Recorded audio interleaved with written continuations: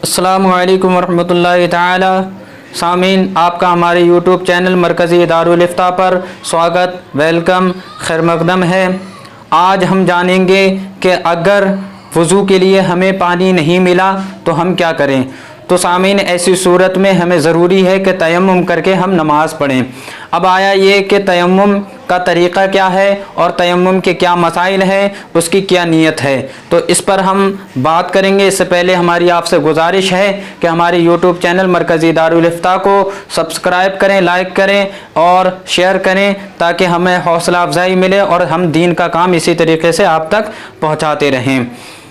तो आए सामीन, हम शुरू करते हैं कि तयम्मुम का तरीक़ा क्या है। तयम्मुम करने का तरीक़ा सादा आसान लफ्ज़ों में ये है कि पहले दिल में नियत करें, फिर दोनों हाथ की उंगलियां कुशादा करके ज़मीन पर मारें और अगर ज़्यादा गर्द लग जाए तो झाड़ लें, यानी अंगूठे पे अंगूठा मार करके गर्द ज़्यादा लग गई हो तो उसको झाड़ लें। फिर उससे सारे मुंह का मसा करें।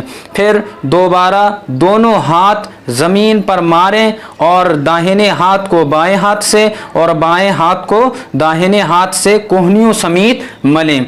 इस तरीके से हमारा तयम्मुम मुकम्मल हो जाता है। अब जो है आया ये कि नीयत इसकी किस तरीके से की जाए। तो हम नियत करेंगे, अरबी में इसके नियत इस तरीके से करेंगे, नवैतु अन अतयम्मम तक़र्रुबन इलल्लाहि तआला।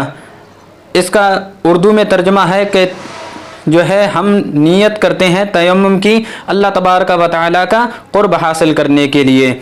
अब ये तयम्मुम जो हमने किया, अब ये वज़ू के लिए है या गुस्ल के लिए। तो सामईन, ये तयम्मुम करना वज़ू और गुस्ल के लिए, दोनों के लिए यही तरीक़ा है। अगर हमारा गुस्ल और वज़ू दोनों नहीं है तो उस सूरत में क्या अब हमें दो मरतबा तयम्मुम करना पड़ेगा या एक ही मरतबा काफ़ी हो जाएगा। तो सामईन, एक मरतबा तयम्मुम करना वज़ू और गुस्ल के लिए काफ़ी है। अब ये कि हम तयम्मुम किस सूरत में करेंगे और उसमें कितनी बातें फ़र्ज़ हैं। तो तयम्मुम में 3 बातें फ़र्ज़ हैं जिनका जानना बेहद ज़रूरी है। अगर उसमें से एक भी तर्क यानी छूट गई तो हमारा तयम्मुम हरगिज़ नहीं होगा। उसमें से पहली यह है कि नियत करना, पूरे मुंह पर हाथ फेरना और दोनों हाथों को कोहनियों समेत मसा करना। अगर अंगूठी पहनी है तो उसके नीचे हाथ फेरना फ़र्ज़ है और औरत अगर चूड़ी या ज़ेवर पहने हो तो उसे हटाकर उस हिस्से पर हाथ फेरना क्या है, फ़र्ज़ है। अब किन चीज़ों से तयम्मुम करना जायज़ है।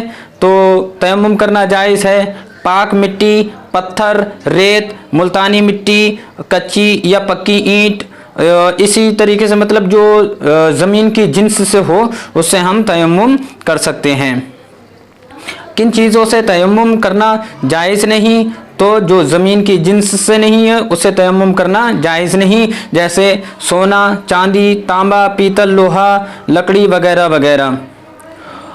अब किन सूरतों में हम तयम्मुम करेंगे, तो हम तयम्मुम सिर्फ उसी सूरत में कर सकते हैं कि 1-1 या 1.5 किलोमीटर तक जो है पानी मिलने की गुंजाइश ना हो, और या फिर जो है इतनी तकलीफ़ हो कि अगर हम पानी से वज़ू करेंगे तो हमारी तकलीफ़ में इजाफ़ा हो जाएगा और हलाक होने का कभी अंदेशा है, तो उस सूरत में भी हम तयम्मुम करके नमाज पढ़ सकते हैं।